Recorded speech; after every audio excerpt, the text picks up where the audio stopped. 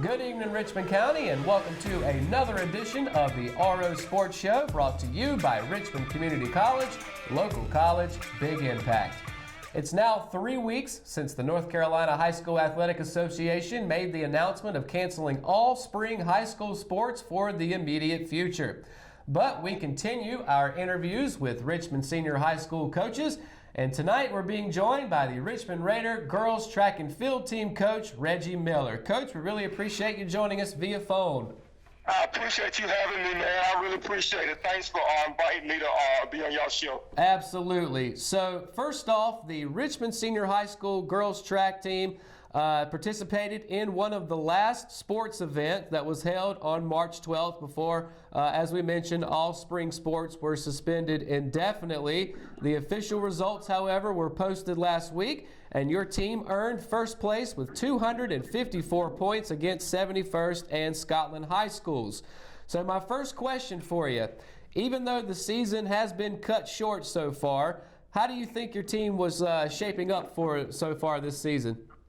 So far, we was right on peak because we had a strong run in indoor, and I told the girls at the very first invitation that we had, how I knew we was on peak was that all I wanted us to do was to improve. If we could start out our season the same as the way we ended it last year, I knew we would have a chance for a big run. And we actually at the first invitational, we finished runner up. We actually was leading the whole invitational up to the last three events. We got a DQ in a relay event, and I didn't run anybody in the 2 mile or the 4x4 relay, and Pinecrest ended up winning the invitational, and it was like a total of 30 teams at the meet. Then we went to the following week we went to Scotland County, and when I got the message, matter of fact, one of my girls showed me on a text message that school was closing. Not school was closing, but the season, we was getting ready to close down the season for spring sports. So I rallied the girls together. I talked to them. I said, look, they ready to shut down spring sports. I said the best way to go out is to go out like a champion, and they showed it at not only at the Invitational but at Scotland that they're championship caliber. So I want to talk to you more about the virus outbreak here in just a moment, but before we get to that, what were some of the short-term and long-term goals that you had for the girls track and field team this season? Well, some of our goals were.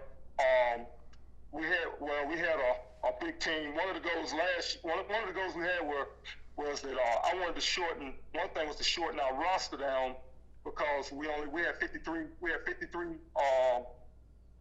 girls last year, and with two coaches, it can be sometimes hard to manage. So we only cut the roster down to 39. So the 39 that we had, I felt like one of our goals was to come back and make a strong run. Well, we wanted to, basically, one of the long-term goals was just to improve. If we can improve and we can be competitive within ourselves in practice, success will take care of itself. I just feel like a goal is if you go to practice and compete at a high level against your own team, then when you get to a meet or to a game, success will take care of itself. So our goal was basically to improve every day in practice. Make a run for the conference championship because the conference championship last year kind of got out of our hand on the last two events, like it was at Invitational. We was winning by 2 points up to the last two events, and then we ended up losing by 25. So the conference championship and just making a strong run for regional. Long-term goal again was to go back to the New Balance Nationals, be able to compete for a state championship, and just be competitive within us. Be competitive within ourselves, and we can be very competitive against other teams. Okay. Now, Richmond's best performance came in this last event in the jumping events, which landed the Lady Raiders 83 points. Your team also impressed in sprints, relays, hurdles, and distance. So, in your opinion, which event do you think was your team's best? The girls some of the girls will probably get upset when I say this, but I always felt like our field events, like you just said, the jumping events, we are very strong there because once again last year in the conference championship, and not just the conference, but in invitationals last year, we would go to I had 4 girls, and you could only do 4 in invitationals, and those 4 girls were placed in the top 6. Wow. So we knew that high jumping was our bread and butter, just like long jumping and triple jumping, because when you get two girls like Jakira Covered and Alexis Sweeney, both of them jumping 17 feet. Well, Jakira 17.6 and Alexis is 17 even. That's great. That's great jumping out of your athletes. And then you come back in the high jump. Then you got a 5'2", 5'6" high jumper, a 4'10" high jumper, and a 4'8" high jumper. It's just you run with those events. And I always said that the bread and butter on our team is basically, to me, is the jumping. Then come the sprint. Well, I'm glad that you mentioned Jakira, because that was actually my next question, being that junior Jakira Covington, she recorded 3 of Richmond's 8 first-place finishes. So Yes, talking sir. about her specifically, how much have you seen her grow, not only as an athlete, but as a person? Well, she has grown tremendously. She's a great leader. I remember her the first year that she came out, her freshman year. She was just running. So last year, I remember right at end of the season, she mentioned to me, because she didn't high jump her first year at all. She didn't do it. Matter of fact, it wasn't no jump. It was just basically running. So last year, right before the season started, she mentioned to me about wanting to try the jumping event. So I said, Jakira, I thought you never asked. So we worked with her on first we worked with her on high jumping. Kind of find out, we worked with a high jumper for 1 week. We went to the invitation at the Alton Tyree in Greensboro, and she finished second and jumped 4'10". And she was jumping off the wrong foot. So we made the adjustment, and like I say, when you practice hard, success take care of itself. And she was the #1 sophomore in North Carolina last year with a height of 5'6". So she was the #1 sophomore last year for girls track and field. And she ended up finishing in the state championship. I think she finished 8th in the state championship. But we're finding out that she's got a knack for long jumping. I mean, the two meets that we had, she's jumped. I think the first was, it might have been 17.3. Then at Scotland she jumped 17.6, and then she came back in the 100 and ran 12.3. Wow. So she's tied right now. She's tied with 6 girls for North Carolina #1 in all classifications in the high jump. She's tied. Well, I think she is number 8 in the girls 100 out of all classifications. That's great. She's in the long jump. If I'm mistaken, I looked and it was number 9. Well, let me ask you one more question about Jakira. Now, she's a junior, which obviously means she's got 1 more year to go. But how important has her leadership been to the track and field team? Has she been one of the leaders of the group?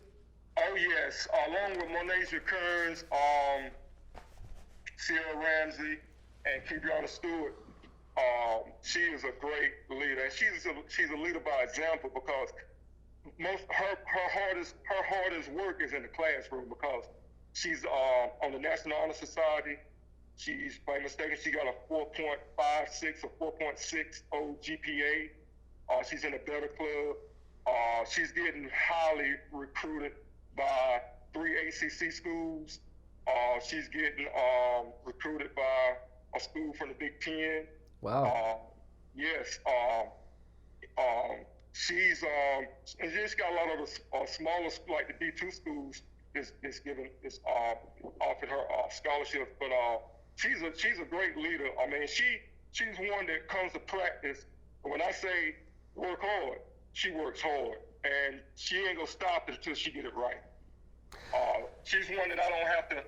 There's several that I have out there, but she's one that will come out there. I don't have to say, "Hey, Zakira, you need to work on this." She goes straight. It's like she got a schedule. Well, okay, I know I got a high jump today. And I know I got to work, but I break it down for her. I say, look, don't try to do so much in one day. Let's go like 2 days. Let's break down like if you do high jump, then you go to long jump. I said if we go work relay, then you work the relay and 100s in the same day. I said let's keep it like that. So because when you run it like with her, she's multi. So the more events that she have for us, like the jumping, and then she come to running, it can be she can get fatigued. So I try to break it down for her. All right, Coach. Well, let's talk about your team and the COVID-19 pandemic that we're all dealing with. As of right now, there's still no word from the North Carolina High School Athletic Association as to when high school sports are going to resume. But first, in regards to COVID-19, what did you tell your girls as far as what they should be doing training-wise while sports are suspended? Well, I told them, I said, while y'all, I said, you know, we got the quarantine, we're gonna be, y'all got to stay home. I said, what you can do around the house is don't be complacent and think that, well, I don't have to do anything. The season's over. I said, because the season is not over. I said, you could be sitting there watching TV, and you can always do dynamic stretches. You do some kind of core exercises. I advise them, to get out and walk. Do something, and not just sit around and text and lay around and eat potato chips and make sure you stay. I told them make sure they still eat a nutritious meal, making sure they're taking care of their body. That's the main thing. You want to take care of make sure you take care of your body. And I just told them, just to be safe, be careful. You go in the store, make sure you keep your hands. I told them make sure they keep their hand sanitizer. But now we're under the curfew thing now. So 5 o'clock. So that's a good thing with them. So I sent them a text yesterday. I said, look, don't forget 5 p.m. Make sure all of y'all in it, because most of y'all don't work, so you ain't got no business being out running the streets. Right. Just to make sure they stay safe, and also told them make sure they're doing their schoolwork, because that's another main that's the main important thing there, is do their schoolwork, because now they have a chance to do their schoolwork online. And we're in the month of April, so you got May, June is really like 2.5 months left of school. So there's no reason why you should be getting your work done now, because now you can do it online and you got plenty of time. But they got to be disciplined to do it. Right. And my final question for you, Coach, if by chance spring sports are allowed to continue this season, what will your team need to work on when they come back, and what do you expect out of your girls? One thing I like doing is when I first come in at the first start of the season, condition. We got to come back and condition it, because what happened was Scotland County, our last meet that we had, we never got the results in, and I talked with the AD from Scotland, and he sent me the results. So I sent it to Milesplit. So now when we come back, if they decide to allow spring sports, it's like we got with regional times. We went across the board with regional times already qualified, and just to come in and condition. That's why I don't want them to be complacent, sitting at home.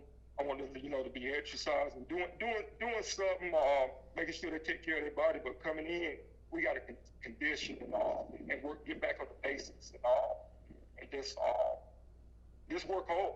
We don't want to, even though we showed some good signs at the Invitational and in our first regular season meeting. You know, with this layoff that we got, it's easy to not do anything, and then when if they allow us to come back in, to be worse off than we were before we started. So, you know, I just want them to come in. I just want to come in condition and get our bodies back right. All right. Reggie Miller, head coach of the ladies track and field team at Richmond Senior High School. Coach, we really appreciate you joining us on the RO Sports Show. I appreciate y'all having me. I had to go outside because I had the TV on in the house, and I wanted to make sure I was able to hear my wife was in the house. And then it's we actually could be in the yard, but I just wanted to come outside and get a little bit of fresh air. But I really appreciate y'all having me. I really enjoy y'all's show. I enjoy reading the Richmond Observer, all the sports, everything that y'all bring to the table, and I think y'all do a tremendous job. All right, Coach. Well, hopefully your ladies will be back on the track and field sooner rather than later. So up next, we've got more about track and field as well as athletes of the week and more to close out tonight's show. But first, a word from Richmond Community College and the Richmond Observer. Richmond County has always come together for local businesses. But supporting those businesses is now more important than ever. As a local business owner myself, I know that it takes a strong backing of the community to stay open and to continue to employ residents. And with governments shutting down businesses across the state of North Carolina due to the COVID-19 outbreak, many owners in Richmond County, like Sierra, are counting on you to keep them open and residents employed after the crisis is over. Restaurants are still offering curbside and pickup orders via phone calls, and many others allow customers to purchase gift cards. This is a time for Richmond County to come together and show support for one another. We can still practice social distancing while supporting those who will be affected by the coronavirus pandemic now and after.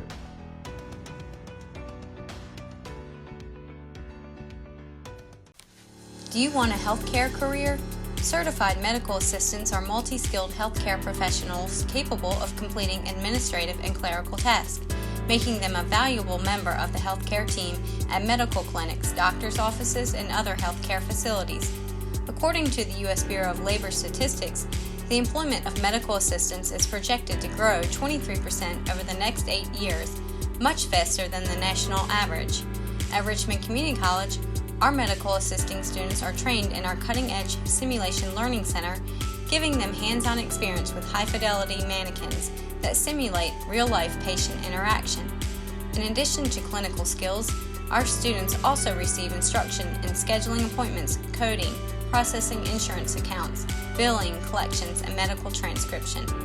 Complete the medical assisting program in just 2 years and start your lifelong career today. Visit www.richmondcc.edu to learn more about enrolling in the medical assisting program at Richmond Community College or call 910-410-1700. 2 weeks since the Richmond boys track and field team competed in its first and perhaps only meet of the season, the final results are in. On March 12th, on the same afternoon, the North Carolina High School Athletic Association first announced all sports would be suspended due to the coronavirus. The Raiders stormed their way to a first-place finish. Competing at rival Scotland, the Raiders earned 242.5 points to earn the meet victory. Scotland took second in the three-team event with 148.5 points, while 71st High School finished third with 63 points. Purnell Sweat was originally slated to participate too, but Robeson County Schools canceled all extracurricular activities the day before the meet. The Raiders and third-year head coach Chris Campilietta dominated in the jumping, 61 points, sprinting, 60 points, and throwing with 50.5 points events. As a team, Richmond collected 7 first-place event finishes. Also in action was the Richmond girls track and field team. The Lady Raiders and head coach Reggie Miller, who we spoke to earlier, made easy work against their 2 other SAC opponents, earning first place with 254 points. Earning second place was 71st with 151 points, and host Scotland rounded out the scoring with 83 points. Richmond's best performances came in the jumping events, which landed the Lady Raiders 83 points. Miller's team also impressed in sprints with 60 points, relays with 40 points, hurdles for 31 points, and distance with 27 points. As a team, the Lady Raiders recorded 8 first-place finishes. Due to the coronavirus pandemic and the uncertainty we face because of it, Rockingham Dragway has made schedule adjustments to accommodate 3 key events, including the 29th annual Griffin Motors Mopars at the Rock. The previously postponed VWs at the Rock and import face-off events have been rescheduled for June 7th and April 25th, respectively. Meanwhile, the Mopar event and the featured modern Hemi shootout, originally scheduled for April 17th through the 19th, will be contested July 10th through the 12th. At the present time, the Dragway still plans to contest the 3 big May events, including the All Harley Drag Racing Association Nitro Spring Nationals as scheduled. The May slate includes the Apple Chill Festival May 2nd and 3rd, the AHDRA event May 15th through the 17th, and the 28th annual Big John Memorial Weekend Bracket Nationals set to take place May 22nd through the 26th. American Legion Baseball is still expected to return to Richmond County this summer after a 13-year absence. Looking to hold its first season since 2007, the Hamlet Post 49 baseball team is waiting out the current coronavirus outbreak, but manager Chip Gordon said everything is expected to go as planned beginning June 1st. American Legion Baseball and its recruiting have also been impacted by the hiatus of high school sports this spring, not allowing teams to conduct any sort of official business. Geared towards players who recently graduated high school or who are preparing for their sophomore year of college, Gordon said the Post 49 team already has 13 players on its roster. Barring no changes to the schedule are made due to COVID-19, Post 49 will play 15 games this summer. The team will play its 8 home games at Memorial Park in Hamlet, which has undergone a $10,000 facelift since last August. And up next, if you've checked out the Counts Richmond Raiders page on Facebook, you may have seen that the final tally for his latest poll is finished. And the final top 10, we wanted to know what your favorite Richmond Senior High School rivalry game, other than Richmond versus Scotland in football, was. And they asked you to list both the opponent and the sport. As you can see, the top 10 there, it's a nice array of different sports, with Richmond versus Pinecrest garnering 59 points in baseball to finish number 1. Coming up, number 2 was Richmond versus Butler in football with 46 votes. Number 3 was Richmond versus Scotland with 39 votes in softball. Number 4, Richmond versus Jack Britt, girls soccer getting 32 votes. And to finish out the top 5, Richmond versus Pinecrest in volleyball with 30 votes. And of course, you can see the rest of those top 10 here. Senior baseball player Luke Pressler has been named the RO Sports official Richmond County Male Athlete of the Week, presented by Moss Brothers Tires and Service. The Richmond Observer is continuing its weekly spotlight on local athletes amid the current spring sports suspension.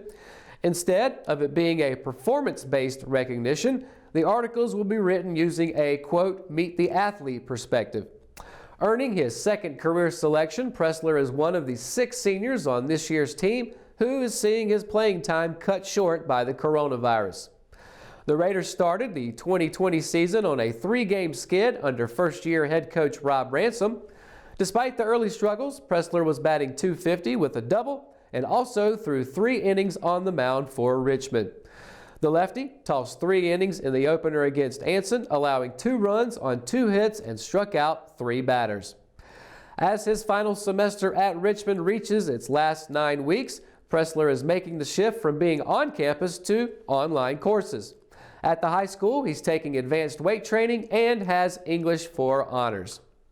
Set to graduate in the next couple of months, Pressler is looking to start his college career locally at Richmond CC before heading to the beach at UNC Wilmington with plans to study exercise science.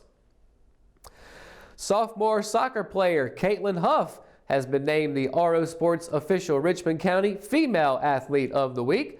Huff, who is in her second season at the varsity level, was off to a fast start in the team's first 5 matches. This is her first career selection.